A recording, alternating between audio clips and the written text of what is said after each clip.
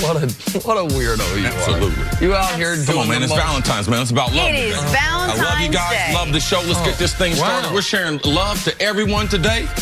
Look at this. Until we get to the A's. Who are we frying first? We're going to fly Joe Flacco in a little bit on that trade. But other news going on today. Kyler Murray's agent is calling out his critics.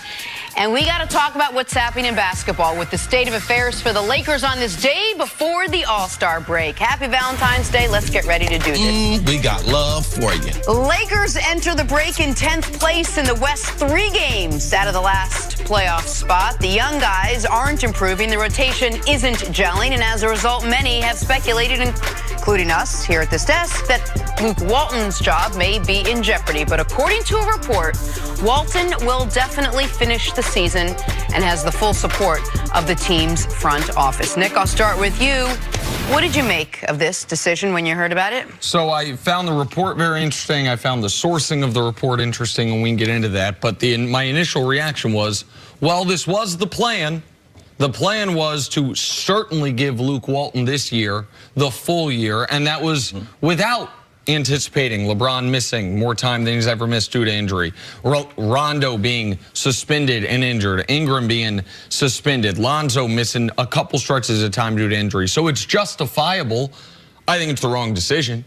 I think you had plenty of reasons to deviate from the plan, from the intangible, which is how much are the young players really developing? How much was that blowout loss right at the trade deadline to the Pacers the fault of a coach's inability to tell these guys, hey, you got a job to do. This is part of being a pro athlete. That's the intangible. To the tangible, which is the haphazard, seemingly no rhyme or reason to the rotations. The minutes that go up and down and fluctuate. I'm old enough to remember early in the year, we're really concerned about LeBron's minutes. That went out the window right around the time you had reason to be concerned about LeBron's minutes coming off the injury. The tangible, when's the last time the Lakers ran an out of timeout play or an out of bounds play and you're like, wow, haven't seen that one before. So I think they had plenty of reasons to deviate from the plan. It would appear they are not going to deviate from the plan. I think at the end of the year, they might look back and say, why did we want to keep Luke Walton? But it would appear they're keeping Luke Walton. They did run a little sexy out of bounds in Atlanta. And LeBron made an unbelievable pass. Led to a layup that was missed? Yes. So it might have been more LeBron than design. But I understand. I understand your concern. I understand your commentary and comments about Luke Walton, because it would be hard. I think yesterday you did an amazing job of, you asked me, okay, well, prove it to me. I'm willing to have this discussion with you about Luke Walton, but give me this evidence that is going to be able to swing me, because I'm willing to listen to it. I didn't really have anything for him. So I've been looking for people to be able to write stuff or be able to say stuff, and it is on the board that Luke Walton would be fired. Now, for me, I wouldn't fire him, because everything that the Lakers have done since they hired Magic Johnson, it had more like a Magic Johnson, we're going to be patient type of theme to it. And Luke Walton is the only piece really that was there before Magic. So Magic didn't pick the coach yet. So ultimately, if I'm running basketball operations, if I pick Rob Pelinka, which he did, to be the general manager, ultimately, we're going to have to pick a coach. And I wouldn't want to have to pick that coach during the regular season. So I'm going to let Jenny Buss have her way. It's her coach. I'm going to allow him to coach till the end of the season, given that you can't control, let's say after Christmas Day. We're in the 4th spot. Our young players, they're developing. Ingram not at the rate we'd like. Lonzo not at the rate, but Kuzma is above what we expected. And maybe real quick, sorry to interrupt, on Lonzo, and maybe we're seeing it over the last few weeks, we might have been underrating Lonzo's defensive impact. Because the defense, and he has been developing on that track. Now you're getting to my closing argument. Oh, my apologies. Because it's about the missed games. LeBron missed 18 games. How can this young team recover? And if there's another player you don't want to be hurt, it might not be just on paper.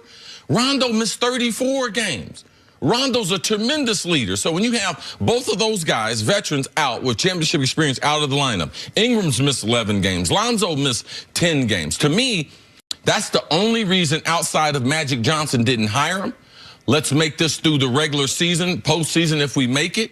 Then we'll start from scratch. Well, he can hire his own coach. But when you miss that many games, it's hard to say I'm giving him a fair shake when guys aren't able to be on the basketball court. And Nick, everything with this team has been a distraction this season. The rotations, the chemistry, the development of the young guys, LeBron being out, tampering, the trade deadline. Sure. Everything's been a distraction. Maybe this is one thing where they could just nip it in the bud and say, okay, just for the rest of the season, this won't be a distraction. Like, let's just take the whether there's going to be a new head coach or not off the table. Is there something to that? If you're looking at why you think the Lakers would think this would be the best move for the team, would that be a part of it? Potentially, but I think the real reason is because the owner of the team likes Luke Walton. And I think the owner of the team was the one that was anonymously quoted in this article, Jeannie Buss. Because it does not make any sense. Broderick Turner is an excellent reporter. Broderick Turner is the one for the Los Angeles Times. This wasn't Woj nationally. This wasn't Zach Lowe. This was a local reporter who had one. Now, he said people close to the situation he quoted, but then he kept going back to one person, according to one person with authorization over the decision. Well, there's only three people that one person could be: Pelinka, Magic, Jeannie Buss. And if Pelinka or Magic wanted to give Luke Walton a vote of confidence, they would not do it anonymously. Just do it publicly. You would put your name to it. The only person who I believe would have a reason to do it anonymously is Pelinka and Magic's boss, who has publicly said, we love Luke, Luke's going to stick around, but I will leave it up to them. To me, I believe Jeannie Buss knew there was a chance that Pelinka and Magic were going to have a phone call together and call her later in the day and say, we want to move on from Luke, and she was nipping that in the bud. And she was, because she has publicly said it's up to them. But they read this news report as well, if I'm reading this correctly.